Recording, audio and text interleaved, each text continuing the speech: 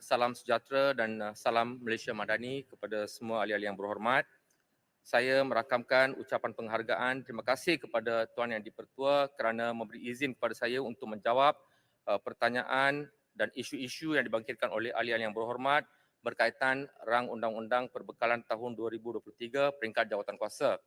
Saya juga mengucapkan terima kasih kepada seramai 16 orang ahli yang berhormat yang telah melontarkan pertanyaan, membangkitkan isu dan memberi cadangan berkaitan Kementerian Sumber Manusia sepanjang sesi perbahasan kali ini. Tuan Yang di-Pertua, sebagaimana ahli-ahli yang berhormat sedia maklum, peruntukan yang disediakan oleh kerajaan kepada Kementerian Sumber Manusia pada tahun ini adalah berjumlah ringgit Malaysia 1.32 bilion, iaitu ringgit Malaysia 845.16 juta bagi perbelanjaan mengurus dan ringgit Malaysia 512.08 juta untuk perbelanjaan pembangunan. Secara umumnya peruntukan ini keseluruhannya adalah bertambah sebanyak 64.81 juta atau 13.25% berbanding peruntukan tahun 2022 yang diluluskan sebanyak ringgit Malaysia 1.29 bilion. Peningkatan peruntukan ini adalah disebabkan kenaikan gaji tahunan KGT RM100 kepada penjawat awam berjumlah ringgit Malaysia 3.3 juta dan juga peningkatan bagi penyelenggaraan peralatan latihan dan pembangunan Institut Latihan Kemahiran sebanyak 3 juta. Selain itu, terdapat peningkatan bagi peruntukan pembangunan yang melibatkan butiran bagi kemajuan guna tenaga manusia. Antara program di bawah butiran tersebut adalah skim latihan dual nasional yang melibatkan pertambahan peruntukan sebanyak RM30 juta. Untuk makluman ahli yang berhormat juga, Sekretariat Majlis Tiwet Negara telah dipindahkan dari Kementerian Pengajian Tinggi ke Kementerian Sumber Manusia berdasarkan keputusan Kabinet pada 7 Disember 2022. Namun begitu, setakat ini tiada peruntukan khusus yang diperuntukkan bagi Sekretariat ini. Tuan Yang di-Pertua, seterusnya, izinkan saya menjawab pertanyaan-pertanyaan yang dikemukakan oleh ahli-ahli yang berhormat berkaitan Kementerian Sumber Manusia. Pembahas pertama ialah Yang Berhormat Pendang yang menanyakan berkaitan dengan skim keselamatan sosial suri rumah. Ini adalah satu skim yang sangat berfaedah kepada suri rumah dan saya ucapkan terima kasih kepada Yang Berhormat Pendang kerana menjadikan ini sebagai satu topik dalam perbahasan beliau. Beliau telah menanyakan berapakah suri rumah yang telah berdaftar di bawah skim keselamatan sosial suri rumah pada tahun 2023. Untuk makluman Yang Berhormat, sehingga 20 Mac 2023 sejumlah 174,930 suri rumah telah pun berdaftar. Beliau juga menanyakan tentang sasaran untuk tahun ini, berapakah jumlah yang disasarkan, pendaftaran yang disasarkan untuk tahun ini, dan Kementerian Sumber Manusia menyasarkan supaya pendaftaran sehingga hujung tahun 2023 adalah seramai 500,000 orang. Yang Berhormat Pendang juga menanyakan tentang langkah-langkah proaktif kementerian dalam mempromosikan Majlis Pertandingan Kemahiran Kebangsaan MPKK. Banyak langkah-langkah yang telah diambil oleh Kementerian Sumber Manusia, antaranya ialah satu, melalui kaedah social media yang mana jabatan menjelaskan fungsi utama MPKK kepada masyarakat umum. Yang kedua, melalui pelantikan ahli MPKK yang terdiri di kalangan 9 kementerian awam dan 10 agensi swasta termasuk penyedia latihan TVET. Dan yang ketiga, melalui program outreach pemimpin setempat dan ahli majlis bersama komuniti dan masyarakat setempat. Dan beliau juga menanyakan adakah bakat-bakat dan tenaga pakar profesional TVET ini dimanfaatkan sebaiknya dalam menaikkan lagi mutu dan kualiti pembelajaran TVET sedia ada. Ya, memang tenaga pakar dimanfaatkan dalam pembangunan standard kemahiran pekerjaan kebangsaan, menganggotai jawatankuasa penggubalan kurikulum TVET, panel penilaian kompetensi pelajar. Dan selain daripada itu, beliau juga menanyakan sama ada jago-jago kemahiran Tibet yang berjaya menempa nama melalui pertandingan kemahiran dalam negara dan antarabangsa, adakah mereka diangkat dan diberi pengiktirafan sewajarnya? Memang mereka diberi pengiktirafan. Pemegang pertandingan Tibet diberi pengiktirafan melalui pemberian hadiah wang tunai kepada pemenang.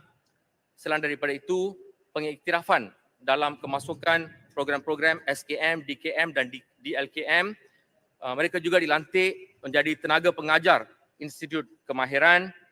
Mereka juga dilantik sebagai jurulatih negara dan selain daripada itu, mereka juga menjadi pakar negara. Tuan Yang di-Pertua, yang berhormat Ipoh Barat ada menanyakan soalan berkaitan dengan Mahkamah Perusahaan.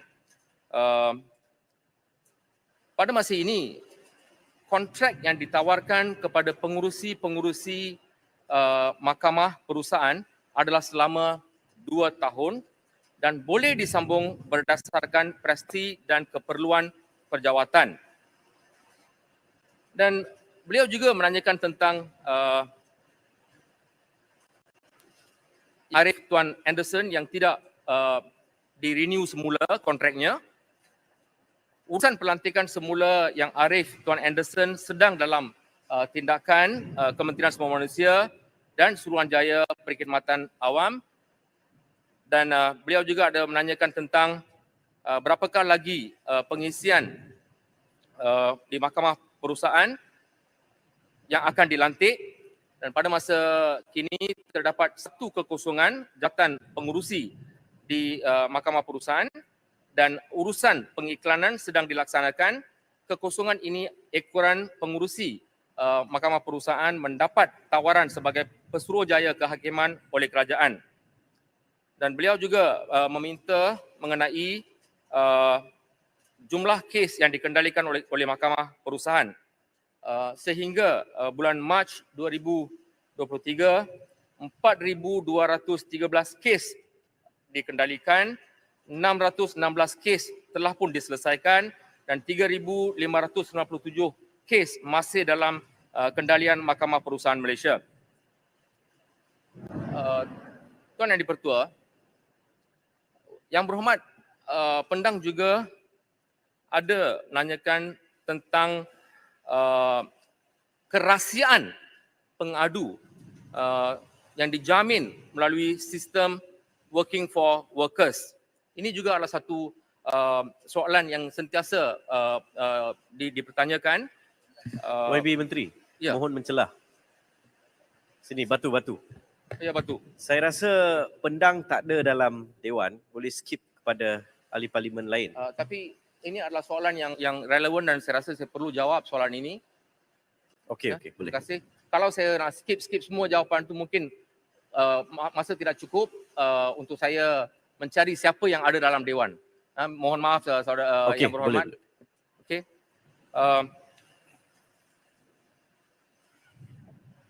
Dan dalam kes working for workers ini, memang pengadu boleh memohon untuk nama mereka dirahsiakan.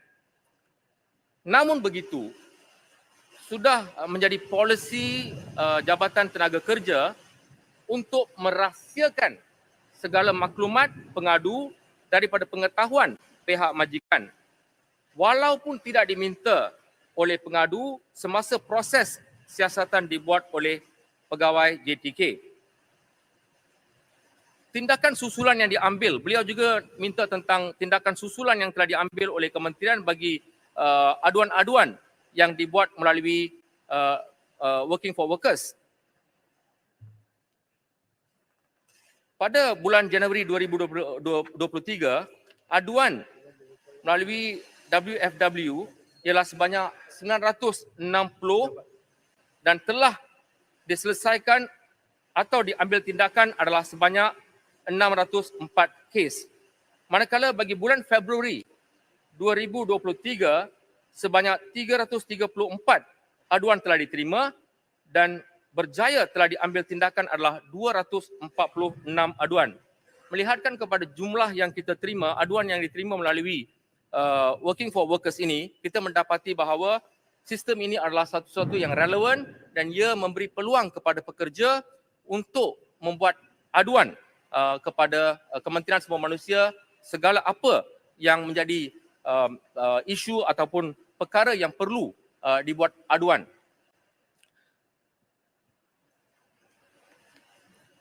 Pihak JTK akan mengambil tindakan memberi syur pembetulan kepada pihak majikan sekiranya kesalahan itu serius dan akan membuka kertas siasatan untuk tindakan perundangan. Dan sekiranya kesalahan yang dilakukan oleh majikan itu hanya melihat isu-isu kewangan, pihak majikan diarahkan untuk membuat bayaran kepada pekerja, juga dinasihatkan supaya membuat tuntutan kes buruh. Satu isu yang penting yang telah dibawa oleh Yang Berhormat Ipoh Barat dan juga Yang Berhormat Klang, dan saya juga ada dengar Yang Berhormat Batu juga menyentuh tentang kes iaitu berkaitan dengan 3 sektor yang telah dibekukan, iaitu subsektor gunting rambut, textiles dan tukang emas. Memang tidak dapat dinafikan bahawa ini adalah satu isu yang telah berlanjutan untuk beberapa tahun dan isu ini tidak dapat diselesaikan kerana subsektor ini telah pun dibekukan.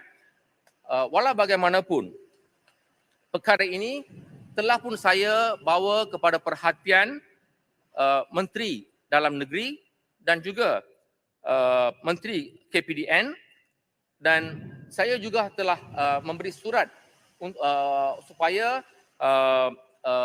ketiga-tiga sektor ini dipertimbangkan kerana ia bukannya melibatkan satu jumlah yang besar. Kalau kita lihat jumlahnya adalah dalam lingkungan tidak lebih daripada 15,000 orang. Walau bagaimanapun, saya juga akan mengadakan satu perjumpaan dengan Menteri Dalam Negeri dan Menteri KPDN esok untuk membincangkan mengenai perkara ini supaya kita boleh mendapatkan satu keputusan dalam tempoh yang terdekat. Menteri, Ya. mencelah. Saya mewakili rakyat di luar sana mengucapkan ribuan terima kasih kepada Menteri yang sudi, yang prihatin untuk mengatasi masalah ini yang bertahun-tahun.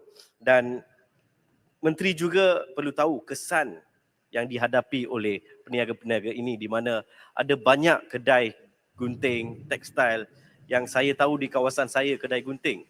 Banyak telah pun gulung tikar kerana tak ada pekerja untuk mereka.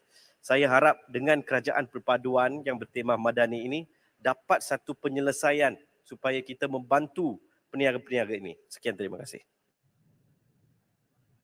Terima kasih Yang Berhormat Batu. Saya mengambil maklum tentang apa yang dibangkitkan oleh Yang Berhormat Batu. Yang Berhormat, Sedikit. ya, Ipoh Barat. Saya nak tanya, adakah arahan ini yang dibuat mengenai 3 jurusan tu yang telah dibekukan? Adakah arahan sekarang terkini bahawa mereka patut dihantar balik? Adakah arahan sedemikian? Dan tidak dibenarkan masuk baru orang untuk bekerja dalam 3 jurusan ni? Itu bukannya arahan daripada Kementerian Sumber Manusia Yang Berhormat Ipoh Barat. Walau bagaimanapun, oleh kerana ketiga-tiga subsektor ini memang telah pun dibekukan, maka kita tidak boleh membawa pekerja baru ke negara ini. Terima kasih Yang Berhormat Ipoh Barat. Tuan Yang Dipertua, Yang Berhormat Maran juga ada mempertikaikan satu isu, iaitu berkaitan dengan adakah KSM, Kementerian Sumber Manusia, tidak lagi menerajui TVET. Untuk maklumat Yang Berhormat Maran, KSM telah diberi mandat sebagai Sekretariat Majlis TVET Negara Malaysia. Majlis TVET Negara Malaysia, Majlis TVET Negara Malaysia berperanan menyelaras dan menambah baik ekosistem TVET negara. Kementerian Semua Manusia merancang segala gerak kerja komprehensif merentasi 12 kementerian dan untuk memperkasakan TVET meliputi aspek tadbir urus, kualiti, industri, pembiayaan dan penjenamaan.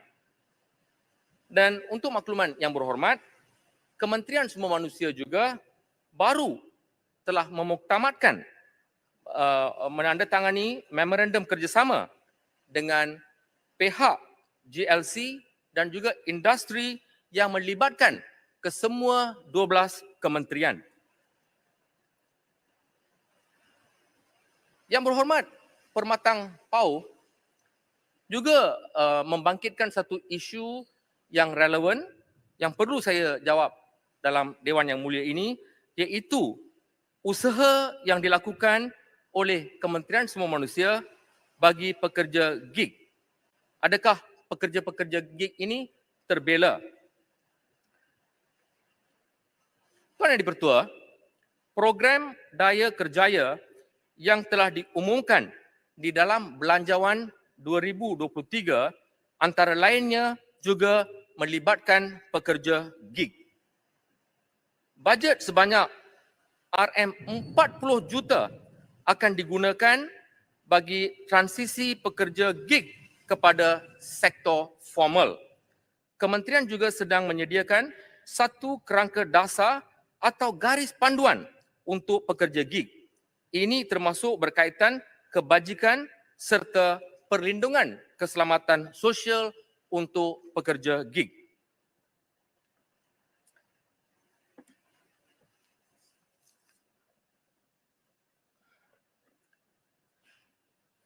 Yang berhormat, Maran juga ada menanyakan tentang berapakah jumlah kes kemalangan yang melibatkan tempat kerja.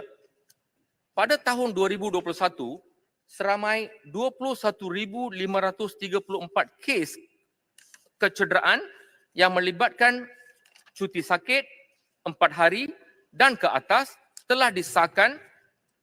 301 daripadanya merupakan kes kecederaan maut. Dan beliau juga menanyakan tentang jenis penyakit pekerjaan. Pada tahun 2022, sebanyak 10,707 kes penyakit pekerjaan telah dilaporkan kepada JKKP. Antara jenis penyakit yang dilaporkan adalah penyakit hilang upaya pendengaran, masalah tulang otot pekerjaan, penyakit kulit pekerjaan, penyakit COVID-19 di kalangan pekerja kesihatan. Dan beliau juga menanyakan tentang cadaan untuk mewujudkan hospital khas bagi penyakit pekerjaan. Perkeso telah menubuhkan pusat rehabilitasi bagi membantu proses pemulihan di kalangan pekerja yang tercedera berpunca daripada aktiviti pekerjaan. Walau bagaimanapun, pada masa ini negara masih belum mempunyai hospital yang khusus bagi merawat penyakit pekerjaan. Bagi kes-kes tuntutan perkeso yang tertangguh akibat laporan kesihatan bercanggah dengan keputusan jemaah doktor perkeso, soalan yang dikemukakan oleh Yang Berhormat Klang. Untuk pengetahuan Yang Berhormat Klang dan ahli-ahli yang lain, pada waktu ini segala keputusan sama ada penyakit berkaitan hilang upaya adalah diputuskan oleh jemaah doktor. Dan untuk pengetahuan Yang Berhormat, komposisi keahlian jemaah doktor adalah terdiri daripada pengarah hospital kerajaan dan juga doktor-doktor pakar berkaitan. Beliau juga telah mengemukakan beberapa cadangan dan pihak Kementerian Semua Manusia akan mengambil maklum dan akan cuba melaksanakan apa yang mungkin dapat dilaksanakan oleh pihak kementerian. Satu soalan yang dikemukakan oleh Yang Berhormat Kampa, iaitu berkaitan dengan jumlah levy yang telah digunakan oleh HRDC. bagi tahun 2022 sebanyak RM1.8 bilion levy telah dikutip dan sebanyak RM975 juta telah digunakan untuk tujuan latihan. Namun begitu, baki levy yang belum digunakan pada tahun semasa boleh digunakan pada tahun berikutnya. Selain itu, dana levy yang belum digunakan adalah daripada majikan PKS di mana jumlah levy mereka adalah kecil dan memerlukan masa untuk dikumpul sebelum digunakan untuk tujuan latihan. Ya, Menteri minta penjelasan sikit. Ya. Tadi Menteri ada katakan 2022 ada 1.18 bilion dikutip, 975 juta telah digunakan. Bermakna tahun lepas ada baki 200 juta. Satu tahun baki 200 juta, kalau setiap tahun pun ada baki, 10 tahun sudah ada 2 bilion. Jadi kalau ini terus dibawa ke hadapan, apakah yang akan berlaku? Apakah duit itu akan simpan dalam FD oleh HRDF ataupun apa yang akan berlaku? Ya, memang wang itu akan dikumpulkan dan kita yakin dan kita pasti bahawa syarikat-syarikat kecil PKS juga akan pada masa hadapan mereka, apabila mereka mempunyai jumlah yang secukupnya untuk mereka mengendalikan latihan, maka mereka boleh menggunakan levy tersebut untuk tujuan latihan dan pembangunan mereka. Walau bagaimanapun, saya juga meminta supaya semua syarikat-syarikat yang membayar levy ini juga harus berperanan untuk mengadakan lebih banyak latihan kepada pekerja-pekerja mereka supaya levy yang mereka bayar itu tidak diletakkan begitu saja di bawah acara DIKOP. Tuan Yang di-Pertua, ada banyak lagi jawapan-jawapan yang perlu saya berikan, tetapi oleh kerana kita sudah habis masa, maka saya minta izin supaya semua perkara-perkara yang dibangkitkan oleh semua ahli-ahli yang berhormat akan saya menjawab secara bertulis. Terima kasih Tuan Yang di-Pertua. Terima Mesti ada kasih jawapan. Bapak Menteri. Itu arau sudah hilang tengok. Berkaitan